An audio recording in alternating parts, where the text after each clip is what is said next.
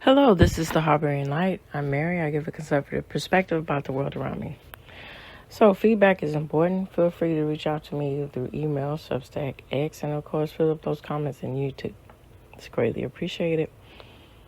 So, some of my audio platforms here: Speaker, Spotify, Pandora, iHeartRadio, Amazon, just to name a few. So, this episode is all about Madam C.J. Walker. So I said it in passing. And so look at it like this. It's apropos because style in the month of January, but also it's another thing that she was very prominent, and then she happened to be African American. So it proves a point that, you are more than your exterior here. And so instead of centering everything around in February, which that also this proves the point, and it is the fetus of the purpose of all the accomplishments, and not only African Americans, but Asian Americans, Hispanic, Indian and Native Americans, Ireland, Slavic, Greek, so forth. Just the list goes on here. So if you just talk about it,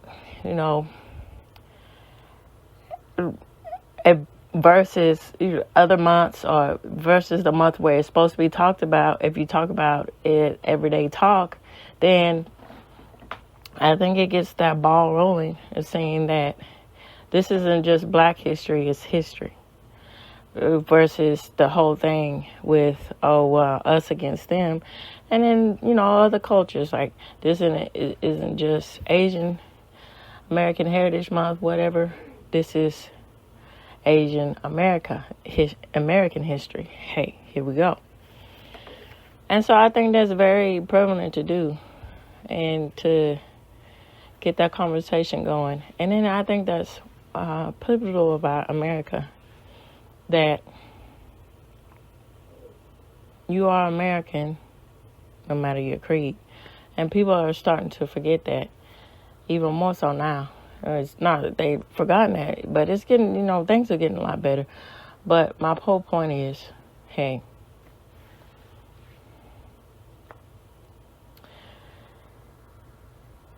accomplishments are where accomplishments are, and people aren't what the narrative is trying to push. All right, with all that said, I'd like to know feedback too. I'm doing a new transitional song, and see how y'all think about it.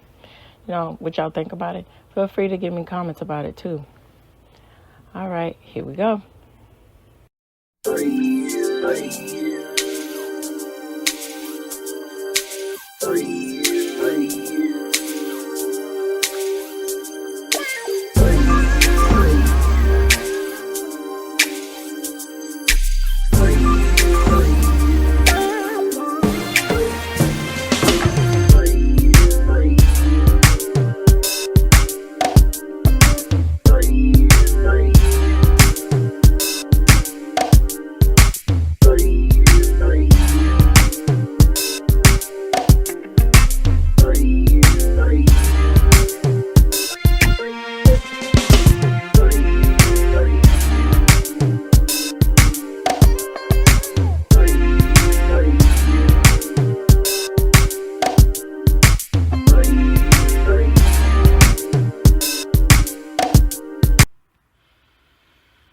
Okay, so here is the AI generated response to what I asked for: facts about Madam C.J. Walker. And of course, I'm going to extend this out with more detailed facts on her. And this time, I am going to use Britannica money to get more detailed facts about her life and her work. More specifically, her work and, circumstance of her life that, that is apropos to her work. All right, so she was born in Louisiana and was a pioneering entrepreneur, philanthropist, and activist. She rose from poverty to become one of the wealthiest African American women of her time. Walker developed and marketed a line of hair care products specifically for black women, founding the Madam C.J. Walker Manufacturing Company. Her method of grooming, known as the Walker System of Beauty Culture, included a shampoo, pomade, and a regimen of brushing and using iron combs to promote hair growth and scalp conditioning. Walker's business success led to her becoming the first self-made female millionaire in the United States. She relocated her business to Indianapolis in 1910, where she established a factory, hair salon, and beauty school to train her sales agents. Her company headquarters, later renamed as Madam Walker Theater Center, opened in December of 1927 and included a theater, beauty school, and community space. Beyond her business and achievements, Walker was also known for her philanthropy. She donated generously to educational causes and black charities, including scholarships at Tuskegee Institute and supporting organizations such as the NAACP and the Black YMCA. She also hosted social gatherings at her lavish estate, Villa Luaro in Irvington, New York. Madam C.J. Walker passed away on May 25th of 1919 at the age of 51 due to hypertension. Her legacy continues to be celebrated through various museums, documentaries, and biographical works, including a TV series called Self-Made, inspired by the life of Madam C.J. Walker. Okay, so I'm going to go into depth about my thoughts, and then I'm going to transition into talking about more facts on her with Britannica money. Here we go. Okay, my thoughts. So, can't stress enough that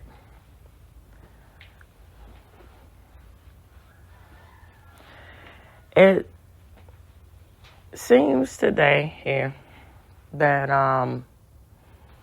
it's popular in fashion to be a part of the oppression here, the oppression class, as you can say, as I coin it here. But not only that, it's a vicious circle to where, and then, the ridiculous of it all, that you can't only be oppressed, but some people are more oppressed than others. And then you have to know your privilege and your oppression. And then that way that you can truly be, as you say, and as they say, woke and free to the issue, to the cause. It's insanity. I equate it to this with the aspect and it's just wonderful and it's admirable to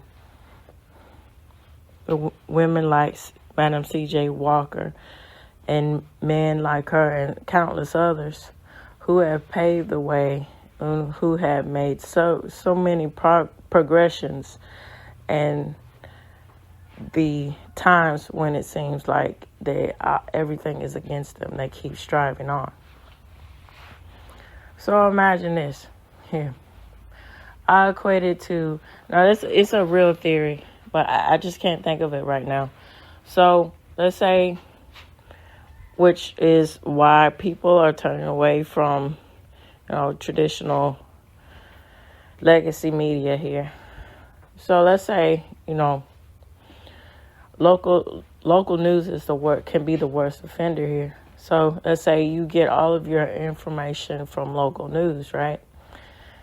You would be walking on your head and you would never want to go outside because it's nothing really normal to a situation to where why would you want to be a part of society?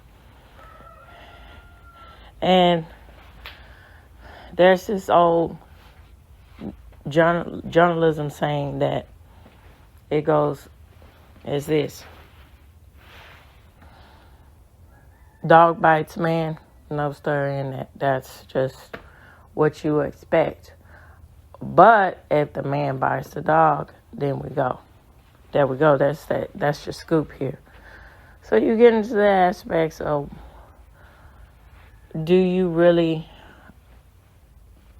hold prestige and have immense credibility and your honor as a journalist to show the world for what it is? Or do you just want to sensationalize the world for ratings?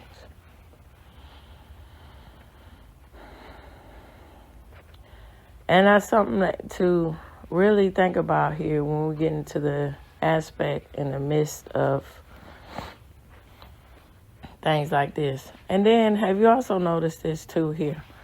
So why is it that the people who say, oh, they are the ones who play victimhood here when they know they shouldn't?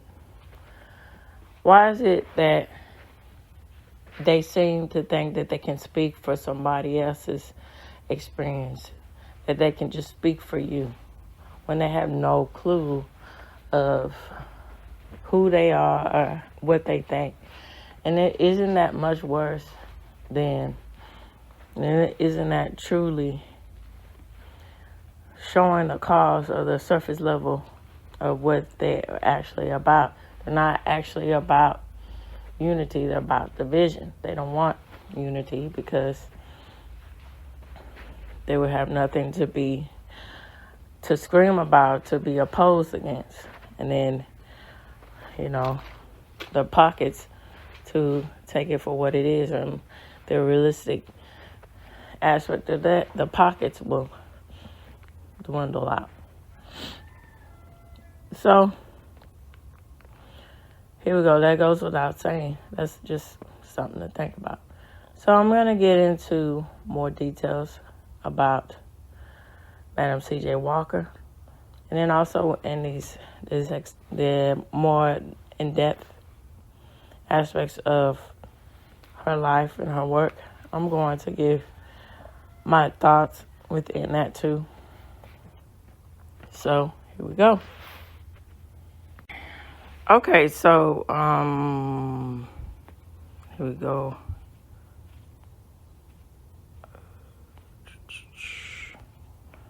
Pull it up for you here. And of course, the source will be provided for you in the episode. So,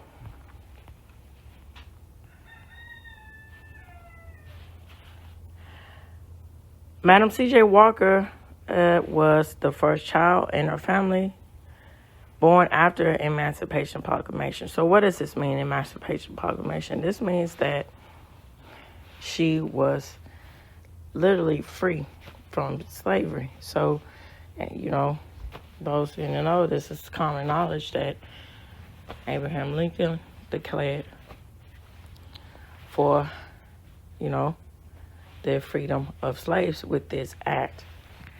So, because of this, Sarah Breedlove was born on the same cotton plantation where her parents, Owen and Minerva Anderson Breedlove, had been enslaved before the American Civil War. She was orphaned at the age of 7. She married Moses McWilliams at 14. She said to escape the abuse of a cruel brother-in-law. Now, this is apropos, her personal life is apropos to the determination I really think that persists into the type of mentality that you have to really have in order to just act out your dreams and really have that determination within yourself to believe that our dreams are not just dreams, they're reality. And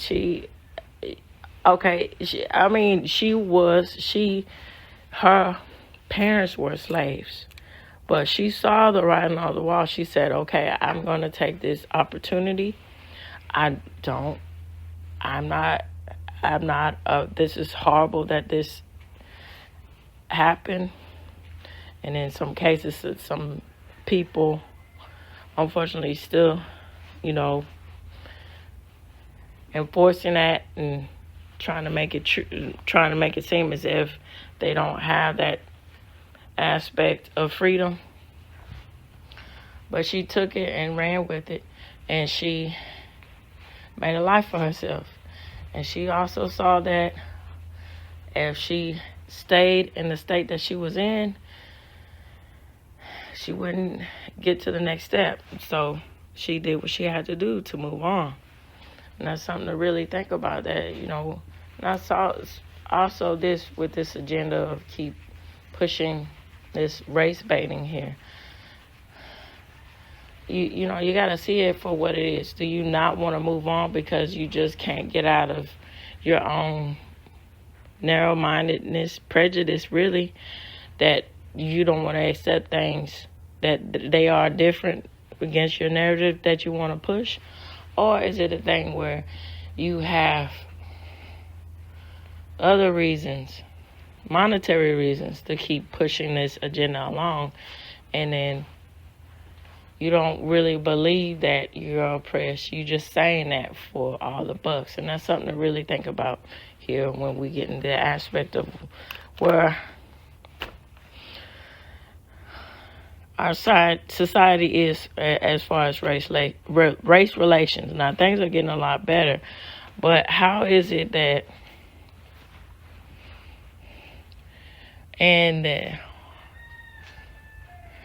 going on to the 21st century and the mid half of the 21st century, that there's some people out here that still think they're more oppressed than generations where they were really dealing with oppression? That makes no sense. It's insanity. Okay, so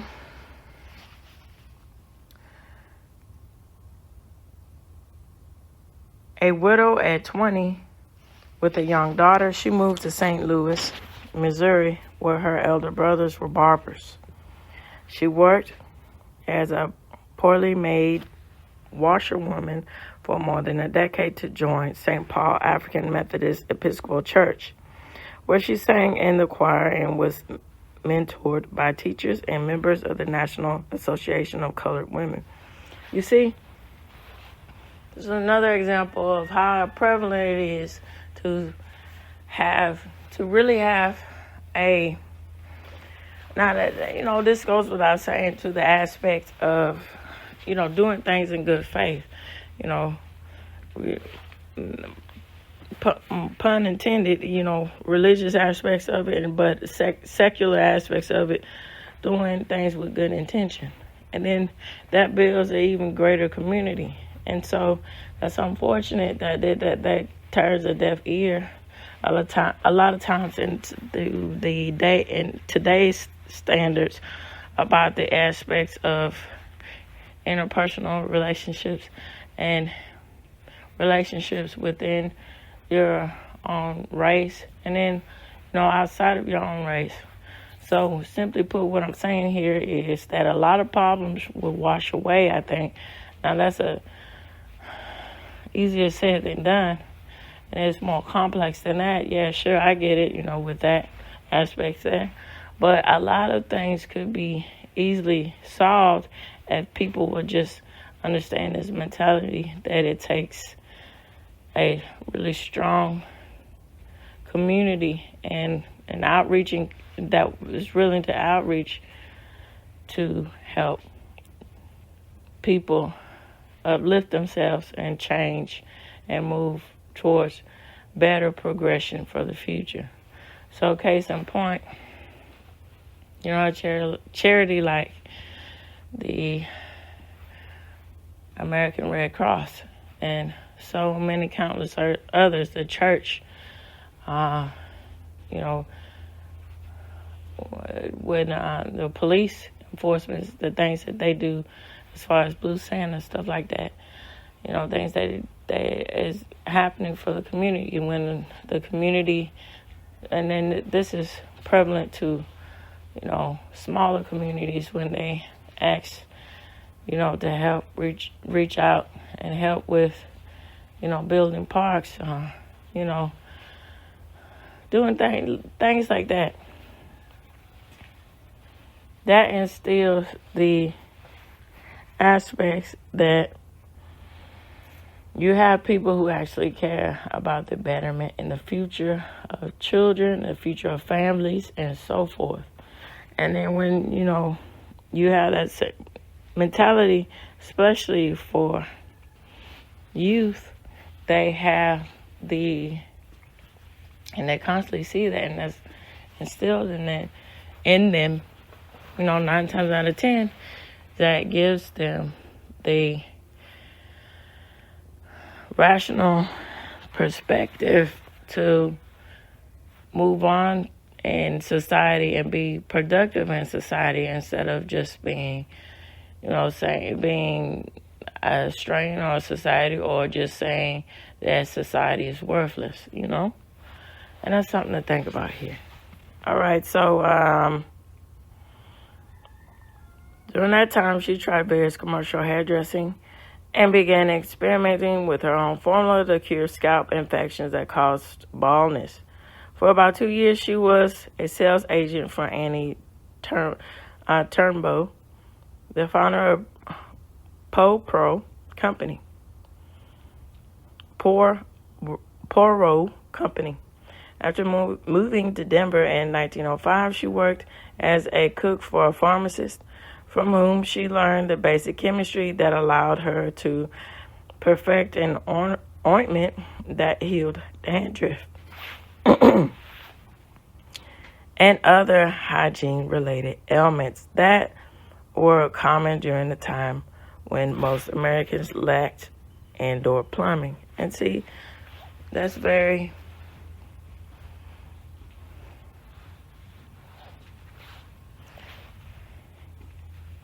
it's just admirable.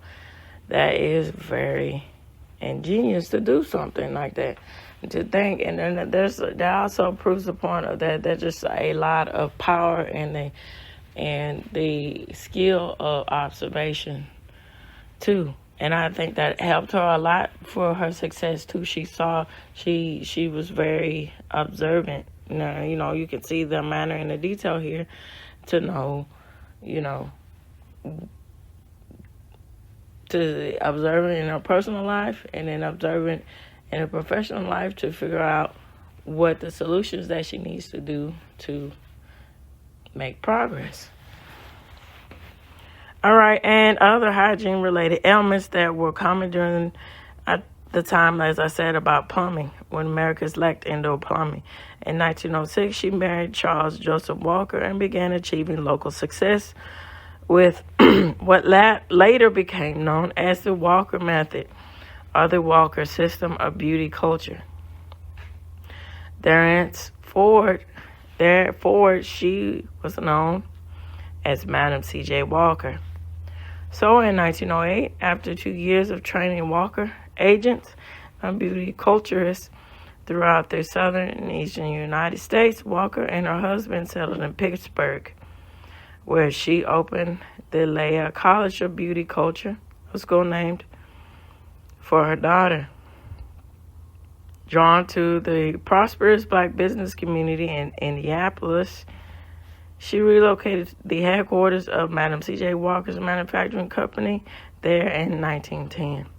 She continued to develop her business by traveling across the United States and providing career opportunities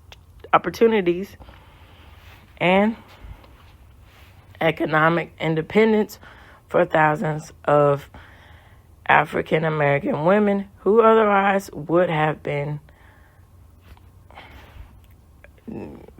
confined to jobs as maids, cooks, laundresses, and farm hands.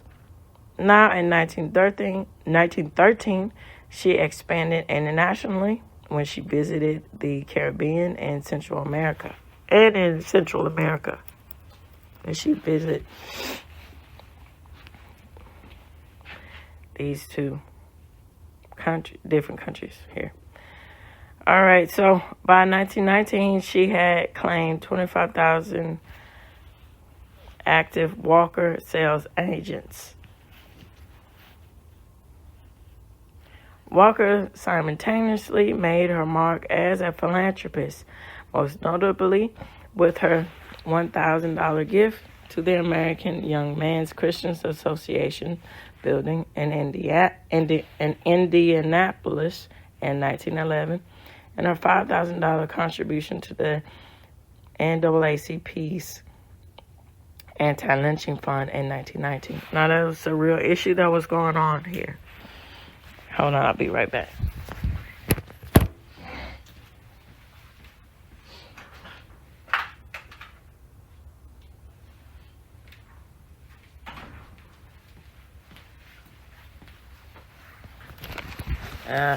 Now, that was a real problem that was going on at that time. Talk about being fearful, have that fearful mogulness of that there's something that you should be, I don't even know what to say, but bottom line is that you should be ashamed of your color, and we're going to show you, and by enacting fear into the lives of these people, particularly African American people, and they were getting this lynched and all these things. But here you go, you see, with her trying to be a part of the cause to stop these things, to take a stand and say, we're not going to be afraid of you, and we know our worth.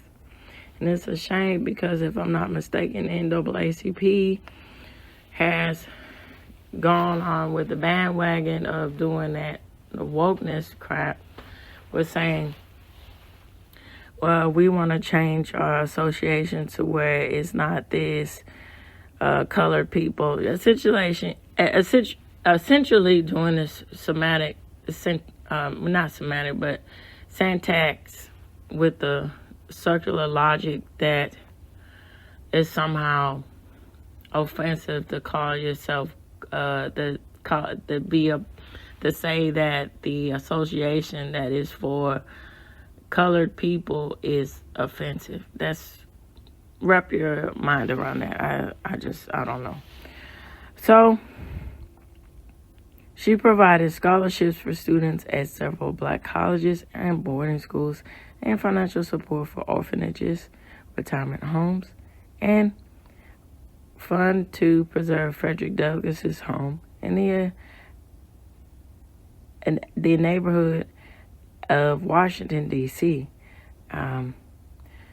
She also became politically active, speaking out against lynching at the Negro Silence Protest Parade and during a visit to the White House in 1917, and advocating for the rights of African American soldiers who served in France during World War I.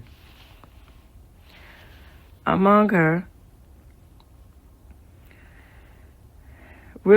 she got into real estate investments, and they were known as Harlem townhouses, the site of her New York beauty school, as well as the Dark Tower, a cultural salon hosted by her daughter, Alea Walker, during the Harlem Renaissance. Now, Harlem Renaissance, talk about the aspects of enlightenment.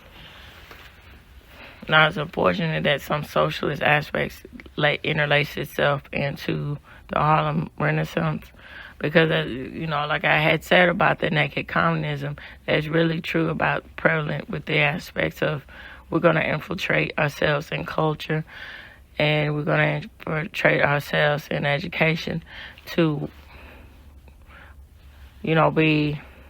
take down the masses. But needless to say here, the overall accomplishment of the Harlem Renaissance really transformed the aspect and the identity of the African American experience, and their expectations too elevated tremendously. And so people started to see and evolve and understand. There's people that got it. That's all. That didn't have these sort of notions. That because I don't know. It's strange because through the dawning of man and so forth, there's been interracial, as far as marrying and all these kind of things. So, the aspect of that is something that to think about here and to consider when we think about the aspects of race relations. But I don't know, something about racism is uniquely tied to American society. And so it just goes without saying, people are just going to be what they are. Bigotry is never going to end. People are just going to be, narrow-minded, ignorant, and so forth. And that, see it for what it is.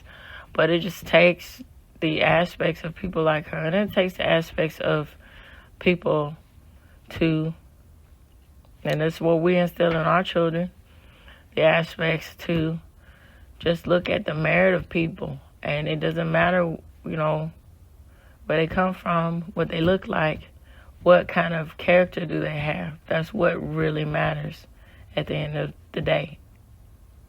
And that's something to, seek in your brain here. And so, going back to Harlem Renaissance here, people started to see that African Americans have this aspect of this cultural explosion of the type of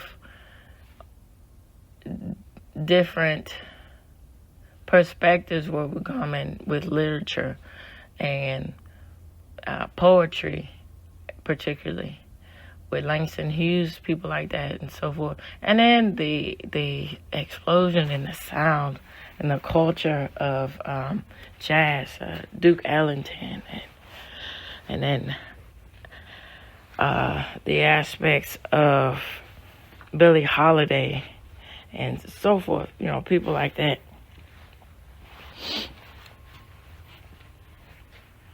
This really, took the nation and on its folds, and they also did the aspect of people, commingling together, race relations with that,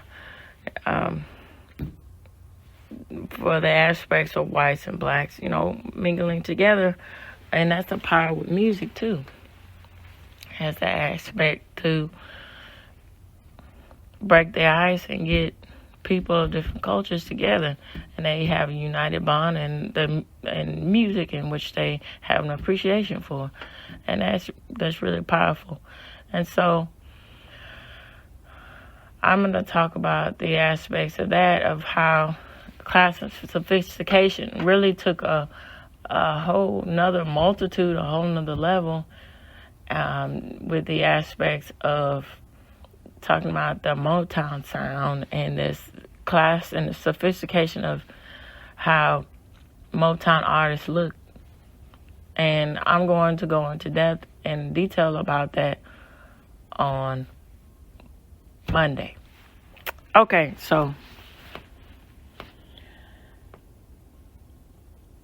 of the 1920s, so Villa Liwaro in Irvington, her estate in Irvington, New York, her mansion, which is now a National Historic Landmark and a National Trust for Historic Preservation and National Treasure. before her death in 1919, Walker purchased property in downtown Indianapolis that in 1927 became the site of the Madam C.J. Walker Theater Center, another National Historic Landmark. So I'm going to close on this by saying these things.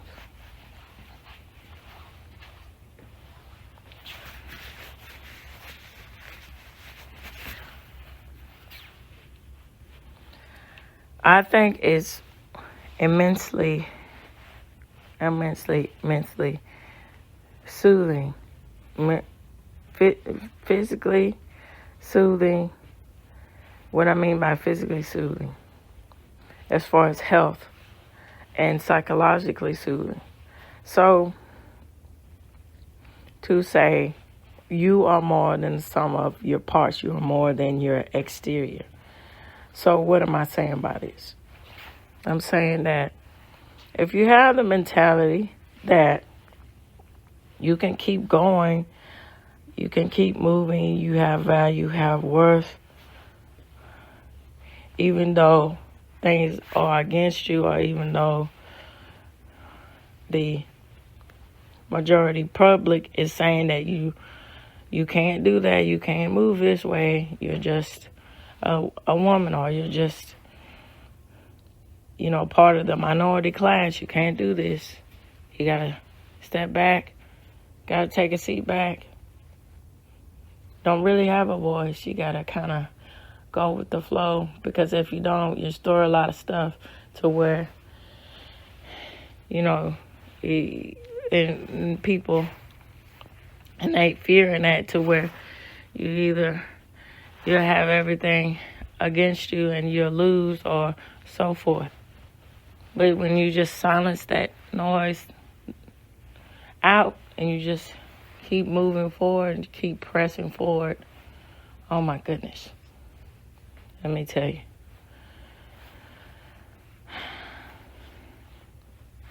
The type of strength will carry out in your character, and people will see that and take notice and appreciate that. And so that innate will change your demeanor and how you see yourself, how you move, how you walk, and even your health, ailments that you have, or you might have, or, so forth will. Now, there's a lot of things that's key to that's tied to the aspect of people's well-being. But I'm just saying that just the impact that sort of mentality has to just keep going on, even though everything is against you. Just keep trying to do what you can do. Just keep trying. Just keep going. It's needed. It's necessary. And especially to think about in the times that we live in today, to just have that mentality, just keep going, just keep moving somewhere, just keep going, doing something. And you can get on to where you need to go, and you can see the benefits slowly but surely, but it'll be there. And that's something that people are starting to really showcase and see more and more now. And that's really something to think about here. All right, so I'd like to know what you all think. Feel free to reach out to me, and I'll give you all the links where you can do so. This reaches the end of Heart Being Light. Tune in, turn up, and absolutely take care. Bye-bye for now.